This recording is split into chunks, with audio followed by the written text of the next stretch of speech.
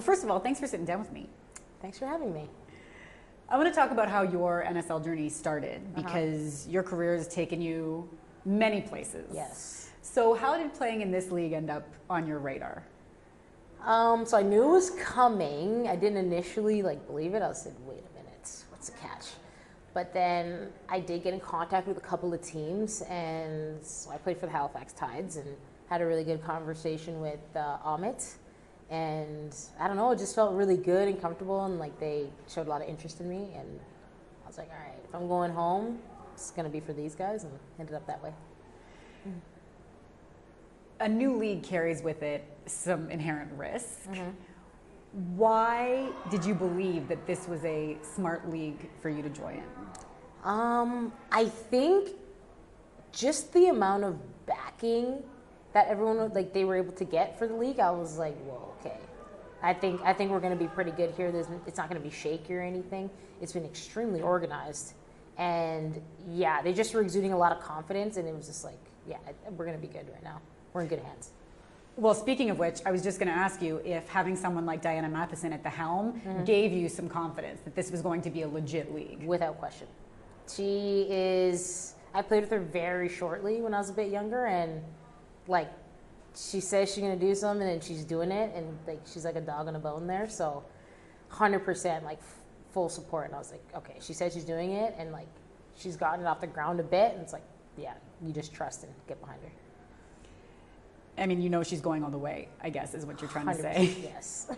So I'd love for you to, for fans who don't quite understand, why is it so important for Canadian women to have the opportunity to play professionally at home?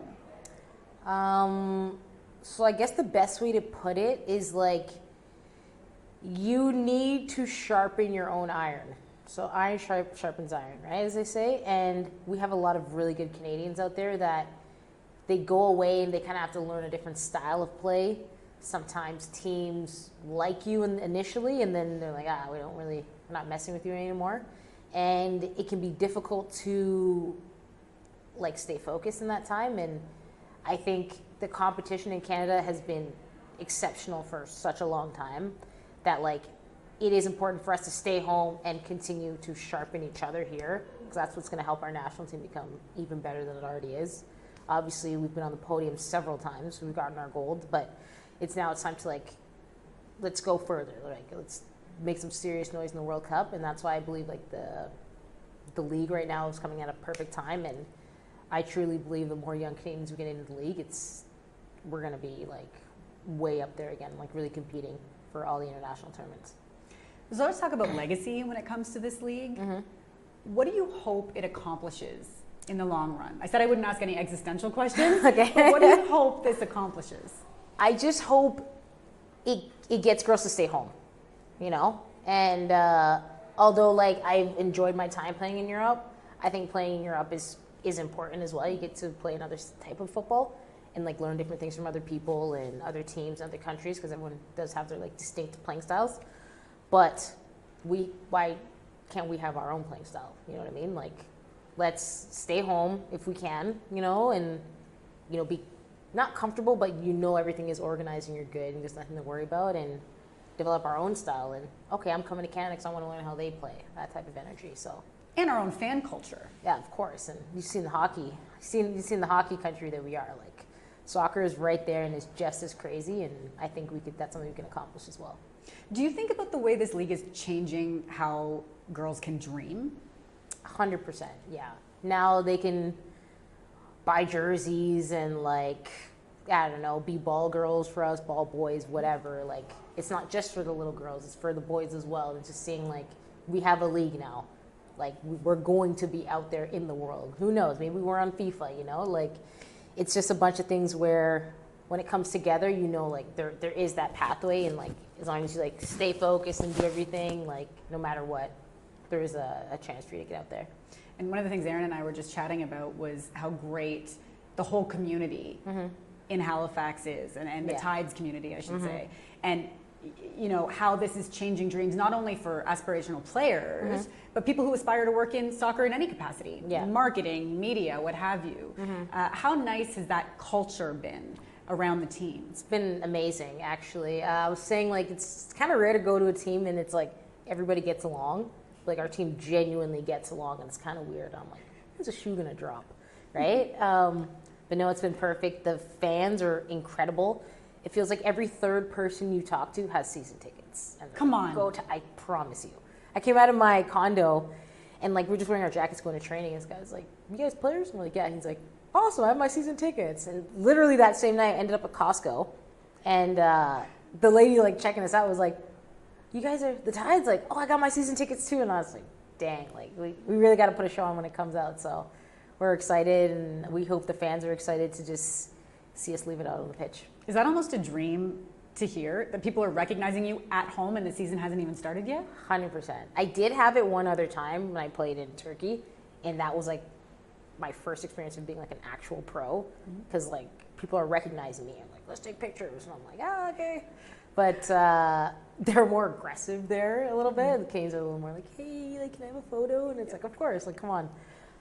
But it's incredible, and it gives so much confidence. I just want to ask them for your picture, and it's really cool. You mentioned playing overseas.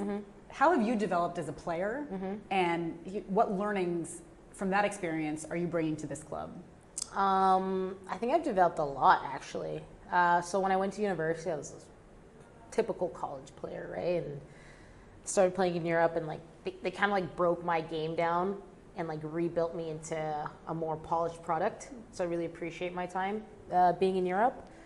I'm hoping to bring that type of energy here, is just try to polish people's games so they don't necessarily have to go to Europe to do that, and like just kind of have our Canadian flair and style and like hard work and mix it with some of the European ways and just like come together and stuff.